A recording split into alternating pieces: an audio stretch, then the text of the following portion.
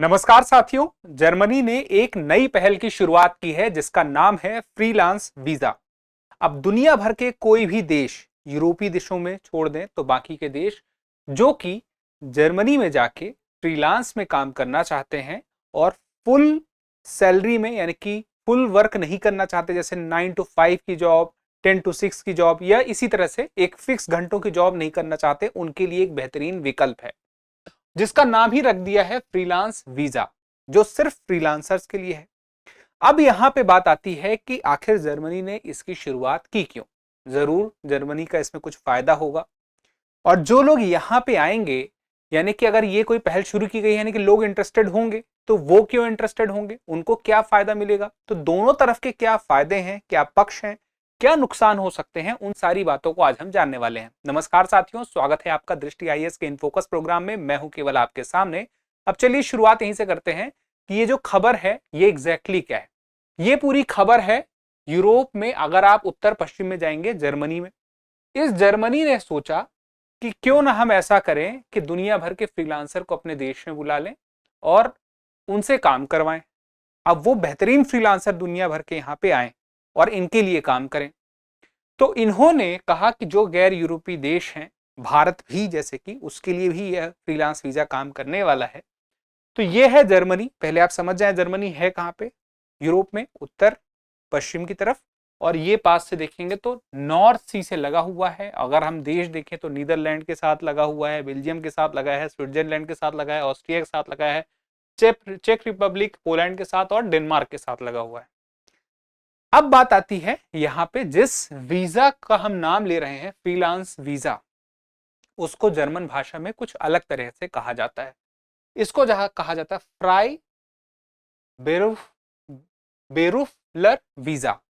तो fry बेरुफलर visa 3 शब्दों से मिलकर बना है। आप सिर्फ फ्राई बेरुफलर को देखें तो फ्राई का मतलब है स्वतंत्र, फिर उसके बाद बेरुफलर का मतलब क्या है, पेशा, और तीसरा बेरुफ का मतलब है पेशा और लर का मतलब है व्यक्ति। तो क्या मतलब हो गया, स्वतंत्र, पेशा, व्यक्ति मिला के फ्रीलांसर हो गया। अब इसके लिए सिर्फ और सिर्फ कितना पैसा लगेगा। सीधी सी बात यह है कि इस पहल में एक बड़ी बात है कि इसमें कीमत कम चुकानी है।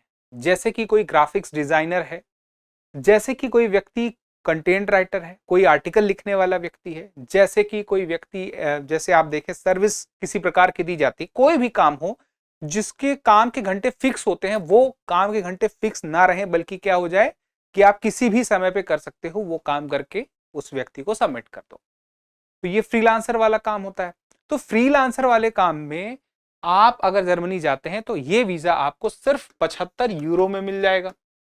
अब 75 यूरो का मतलब क्या हुआ, लगभग अभी 101 रुपए के आसपास कुछ चल रहा है 1 यूरो। तो हम इसको 100 या 101 से गुणा कर लेंगे तो 7,500 से थोड़ा सा ज्यादा मिल जाएगा। ये अप डाउन होता रहता है, हल्का ऊपर नीचे जाएगा, लेकिन इसी के आसपास रहेगा। तो लगभग 7,500 रुपए में आपको एक वीजा मिल रहा है किसी देश का। आप सोचिए वीजा के लिए कितनी मशक्कत करनी पड़ती है। अमेरिका का वीजा मिलना कितना मुश्किल है, दुनिया भर के कई देशों में वीजा मिलना मुश्किल होता है।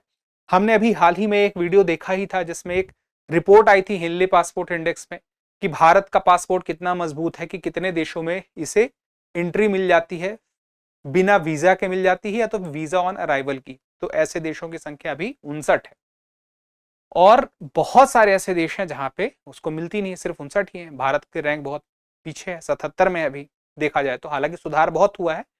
तो इसका मतलब यह है कि अगर भारतीयोों को यहां जाने का मौका मिल रहा है तो ये एक अलग से फायदा हो गया। कहीं ना कहीं अगर किसी का पासपोर्ट मजबूत है तो अलग बात है, लेकिन यहाँ पे पासपोर्ट मजबूत होने की जरूरत ही नहीं, ये तो जर्मनी ने ही स्कीम दे दी है।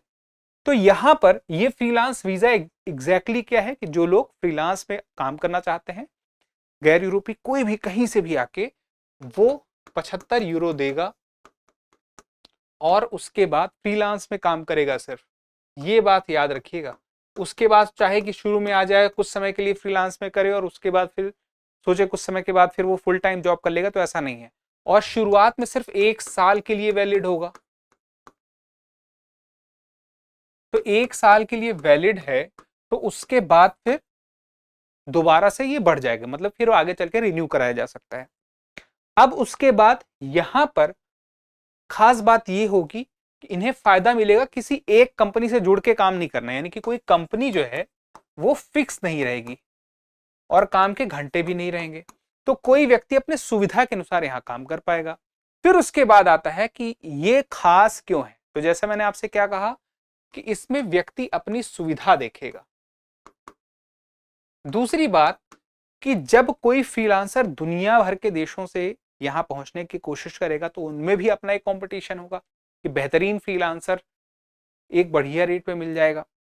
हालांकि उसको अच्छी कीमत मिलेगी वहां के हिसाब से, लेकिन उससे दुनिया भर से भी, जहां से भी बेहतरीन काम करने वाला व्यक्ति होगा वो इस देश को मिलेगा, तो देश का फायदा है। तो ये सुविधा व्यक्ति की भी है और देश का भी एक लाभ है। और देश का लाभ है मतलब देश की अर्थव्यवस्था को लाभ मिलेगा, इकोनॉमी को लाभ मिलेगा, क्योंकि किसी कंपनी का फायदा होता है और वो जर्मनी में है तो सीधी सी बात है उसके मुनाफे का असर वहां के जीडीपी में दिखाई देगा।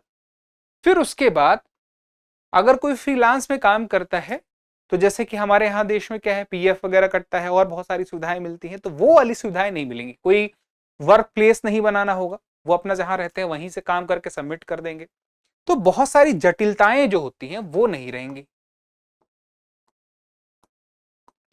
और सीधी सी बात है, कोई जब यूरो में कमाएगा तो वो ज्यादा ही कमाएगा, ये महत्वपूर्ण बात है। फिर उसके बाद पात्र कौन लोग हैं, तो पात्र कौन लोग हैं उसके लिए जर्मन आयकर अधिनियम है सेक्शन 18, उसने बताया है कि कौन कौन से प्रोफेशन हो सकते हैं, तो बहुत सारे हैं। लेखक है, पत्रकार है, अनुवादक है, वकील, टैक्स सलाहकार, patent lawyer, engineer, architect, doctor, physiotherapist, दंत चिकित्सक, संगीतकार, कलाकार, शिक्षक, और भी जितने आपके सामने सारे के सारे हैं।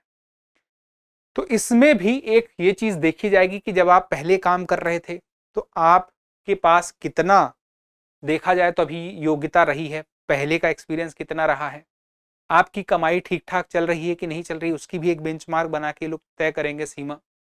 फिर उसके बाद अब यहाँ पे ये देखा जाए कि आखिर ये जो फ्रीलांस वीजा है जो सिर्फ 75 यूरो में दी जा रही है, इतने कम रुपए में, अगर हम रुपए में कन्वर्ट करें तो इससे फायदा क्या हो रहा है, तो सबसे पहली बात है कि फायदा तो देखिए जर्मनी को हो रहा है, तभी तो वो ये लेके आया है। दूसरी बात, उसकी अर्थव्यवस्था को फायदा मिलेगा, दूसरी दुनिया भर के देश यहां पहुंचेंगे तो सीधी सी बात है दुनिया के दूसरे लोगों को भी फायदा मिलेगा। तीसरी बात यह है कि जो लोग अभी वहां पहुंचना चाहते थे, यूरोप में रहना चाहते थे, काम करना चाहते थे, एक्सप्लोर करना चाहते थे, दुनिया के ऐसे लोग वहां पहुंच सकेंगे। यानी कि एक होता है ना, एक होता है धन की इच्छा, एक होता है मन की इच्छा, तो मन की इच्छा भी पूरी होगी। फिर उसके बाद अगर देखा जाए तो ये एक शुरुआत की तरह दिखाई दे सकता है। हो सकता है दूसरे देश इस बात से प्रभावित हो जाएं और उसके बाद वो कहें कि हम भी देखते हैं कुछ ऐसा कर सकते हैं। तो कई बार ऐसा देखा गया है, एक पहल कोई शुरू करता है फिर दूसरा तीसरा, तो ऐसे उदाहरण आपको दिख जाएंगे। हो सकता है कुछ उदाहरण आपको दिख भी जाएं, कुछ छोटे छोटे देश ऐसा कुछ कर भी रहे हों मिलता जुलता, तो ये चीजें चलेंगी। लेकिन अभी के लिए ये एक हम देखें तो बेंचमार्क की तरह भी दिखाई देता है। तो इन सारी बातों को बहुत शॉर्ट में अगर हम देखें तो सीधी सी बात यह है कि ये अर्थव्यवस्था को फायदा पहुंचाने के लिए एक पहल है। अब इसका परिणाम क्या होगा ये आने वाले समय में पता चलेगा। अब इससे जुड़ा एक प्रश्न देख लेते हैं, जर्मनी के फ्राई बेरुफलर वीजा के बारे में कौन सा कथन सही है? यह वीजा केवल यूरोपीय संघ देशों के नागरिकों को दिया जाता है। फिर है, यह वीजा उन लोगों को दिया जाता है जो स्वतंत्र रूप से काम करना चाहते हैं, जैसे कलाकार, लेखक या इंजीनियर। इस वीजा के लिए किसी जर्मन कंपनी से नौकरी का अनुबंध होना अनिवार्य है और वीजा की फीस 500 यूरो से अधिक होती है। तो आपको क्या बताना है, कौन सा कथन इनमें से सही है? तो यानी कि 3 कथन इनमें से गलत है। तो इस सवाल का जवाब जरूर दीजिएगा, क्योंकि जब आप जवाब देते हैं तो हमें और बेहतर करने की प्रेरणा मिलती है। फिलहाल के लिए इतना ही, जल्दी मिलेंगे अगले सेशन में। तब तक के लिए क्या करना है, स्वस्थ रहना है, मस्त रहना है, पढ़ते रहना है। धन्यवाद। डियर व्यूअर्स, अपने एग्जाम की तैयारी को और बेहतर करने के लिए हमारे चैनल को लाइक, शेयर और सब्सक्राइब करना न भूलें।